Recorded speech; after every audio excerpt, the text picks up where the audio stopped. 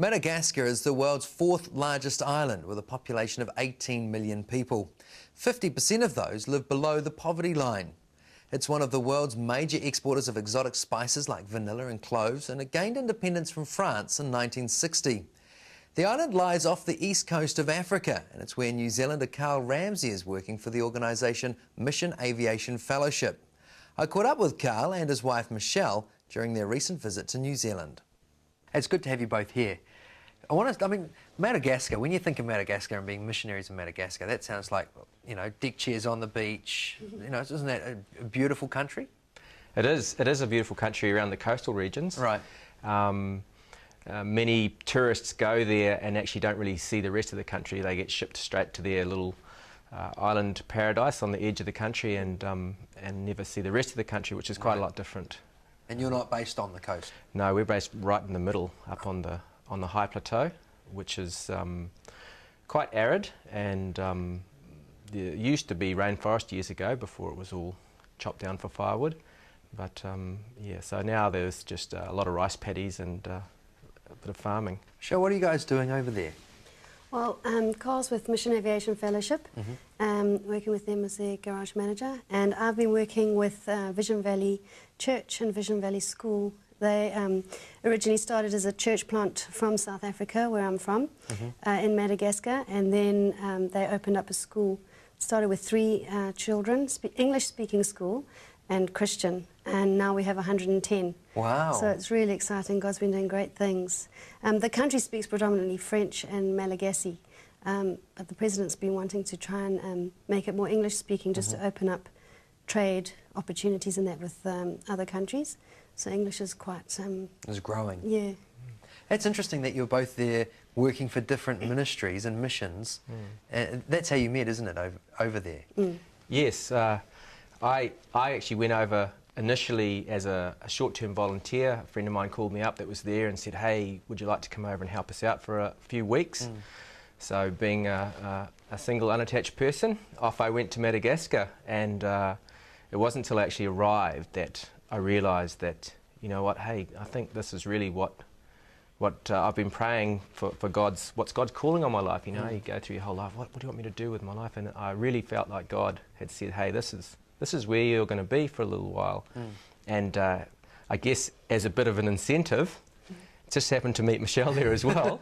And so when they asked me, when I was there, if I'd come back full time, I accepted, and it was a real incentive to get back, knowing that Michelle is there as well. So, and we got married last year, about a year ago. So. Oh, that's fantastic! Congratulations to you both. Hey, the work that you do over there, we're just starting with MAF. Yes. I mean, when you think of the work of Mission Aviation Fellowship, to be quite honest, I don't think about a place like Madagascar. What's the need there? Okay, Madagascar is one of the lowest.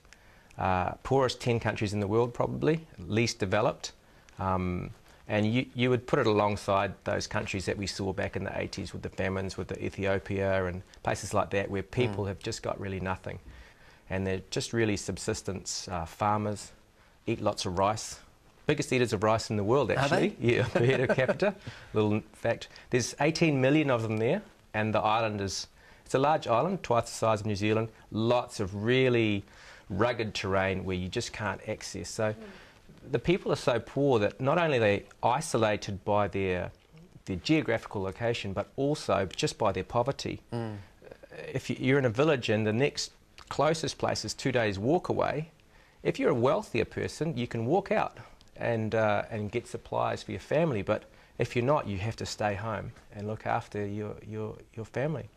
So in Madagascar, what we try and do, go into areas, build airstrips, so that we can then bring the people in that can help those people, and they're dotted all over the country.